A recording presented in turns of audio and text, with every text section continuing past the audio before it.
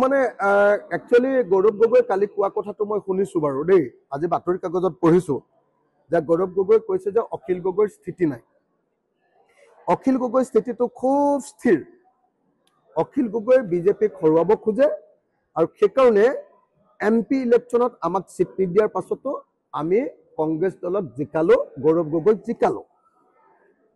গৌৰৱ গগৈক জিকোৱাৰ পাছত আমাৰ ফলাফলটো কি পালো?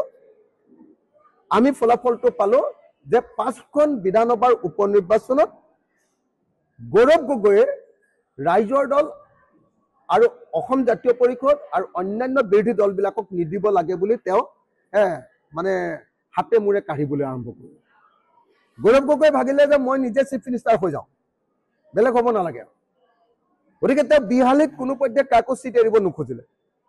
এতিয়া আপোনালোকে কওক যে অখিল গগৈয়ে গৌৰৱ গগৈক জিকাবৰ কাৰণেও লাগি দিছে আৰু অখিল গগৈয়ে তাৰপিছত পঞ্চায়ত ইলেকশ্যনতো একেলগতে কংগ্ৰেছৰ লগত ইলেকশ্যন খেলিবৰ কাৰণে সন্মতি প্ৰকাশ কৰি একেলগে বুজাবুজি কৰিবৰ কাৰণে আলোচনা কৰিছে।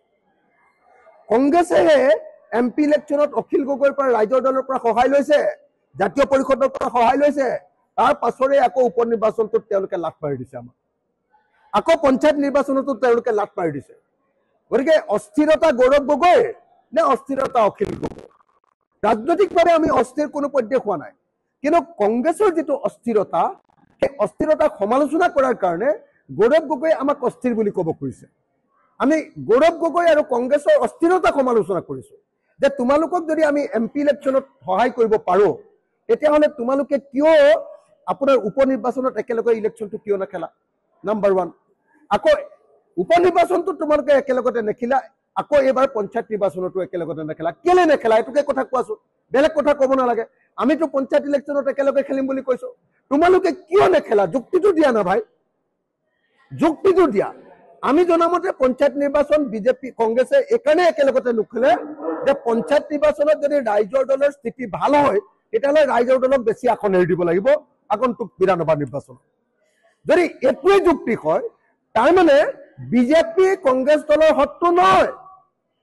কংগ্ৰেছ দলৰ শত্ৰু হ'ল ৰাইজৰ দল, কংগ্ৰেছ দলৰ শত্ৰু হ'ল অসম জাতীয় পৰিষদ, কংগ্ৰেছ দলৰ শত্ৰু হ'ল বামপন্থী দলবিলাক, যিবিলাকে তেওঁলোকৰ লগত একেলগে খেলিব খোজে। তেওঁলোকক বেছি আসন এৰি দিব লাগে বুলি তেওঁলোকে আগৰ পৰা আমাক চিপৰাং মাৰে। গতিকে তেওঁলোকৰ আদৰ্শগতভাৱে বিজেপিক বিৰোধিতা নকৰে। গতিকে আমি স্পষ্ট ভাষাত কৈ দিছো যে গৌৰৱ গগৈ কোৱাৰ দৰে অখিল গগৈ অস্থিৰ নহয়, বৰং কংগ্ৰেছ দল অস্থিৰ, গৌৰৱ গগৈ অস্থিৰ, ভূপেন বৰা অস্থিৰ। তেওঁলোকে আমাক MP ইলেকশ্যনত আমাৰ সহায় লাগে, কিন্তু তেওঁলোকে উপ নিৰ্বাচনত আমাক সহায় দিব নোখোজে। আকৌ উপ নিৰ্বাচনত তেওঁলোকে আমাৰ পৰা আঁতৰি যায়। আকৌ যেতিয়া আমি ক'লো যে নহয় পঞ্চায়ত ইলেকশ্যনত একেলগে খেলো, তেওঁলোকে কয় যে পঞ্চায়ত ইলেকশ্যনত একেলগে নেখেলো, বিধানসভা ইলেকশ্যনতহে একেলগে খেলিম। আৰে তোমালোকৰে অস্থিৰতা, তোমালোকে পঞ্চায়ত ইলেকশ্যনত একেলগে নেখেলা। কেলে নেখেলা? চিটবিলাক বিক্ৰী কৰিবৰ কাৰণে নহয় জানো?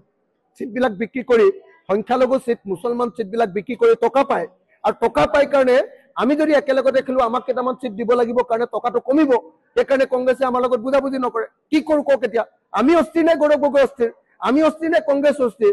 আমি অস্থিৰ নে ভূপেন বৰা অস্থিৰ? আপোনালোকে নিজে লক্ষ্য কৰক।